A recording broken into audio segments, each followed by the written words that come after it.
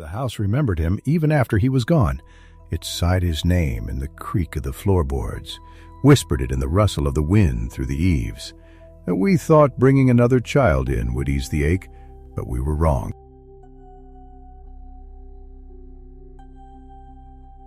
We found him at the market, a mirror of our lost son, a chance to rewrite tragedy. We told ourselves it was a rescue, not a theft, as we grabbed him and ran. My wife wept, holding him tight. Our house shuddered, not with grief, but something else, a hungry anticipation that burrowed into the walls. He wasn't our boy.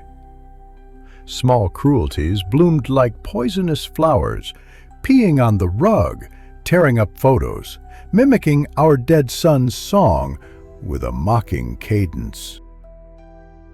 He returned from the woods with fur on his lips, blood under his nails.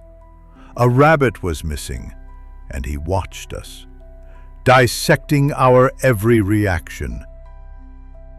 We tried to love him, teach him kindness, but his lessons were different.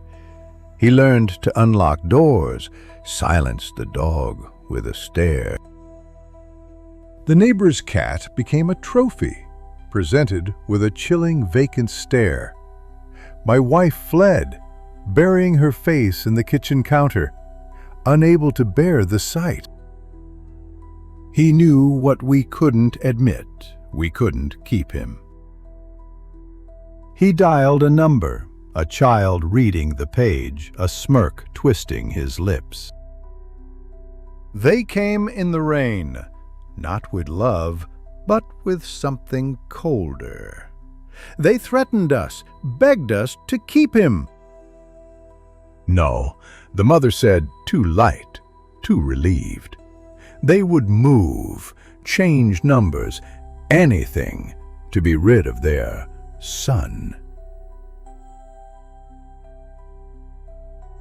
He watched us from the window, a spectator at a play. His eyes liquid red in the streetlight. The fridge hummed, a sound in the yard, like something chewing. The gray settled, thicker than before.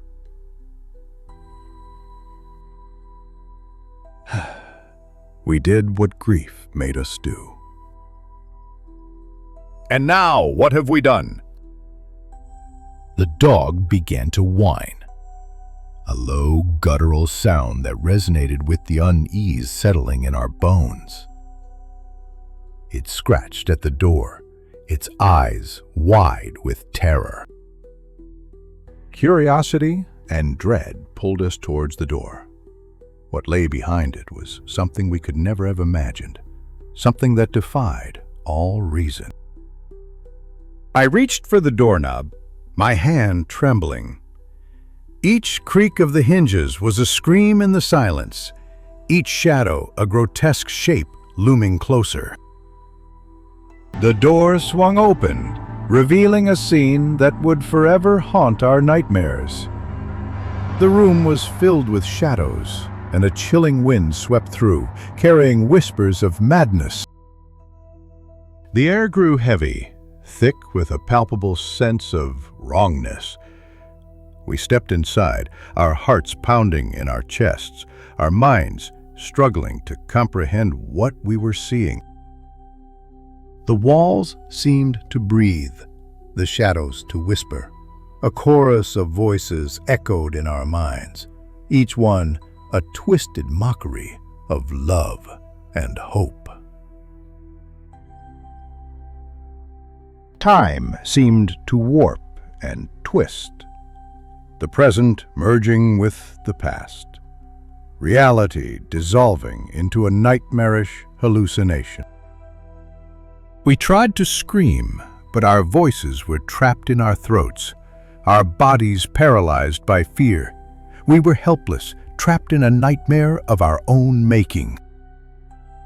He moved closer, his eyes burning into our souls, his presence radiating a cold, malevolent energy.